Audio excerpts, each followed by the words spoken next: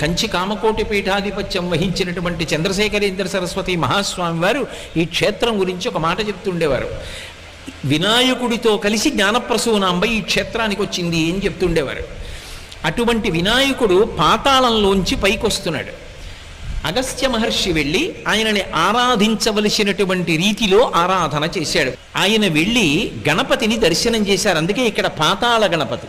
ఇంకొక పెద్ద విశేషం ఉంది.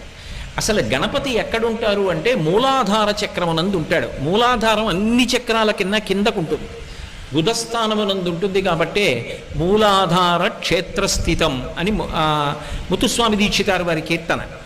మూలాధారం కిందకుండాలి కాబట్టి ఇక్కడ ఉన్నటువంటి గణపతి మూలాధార సూచనగా కిందకుంటారు. పాతాళ గణపతి అన్న పేరుతో ఉంటారు.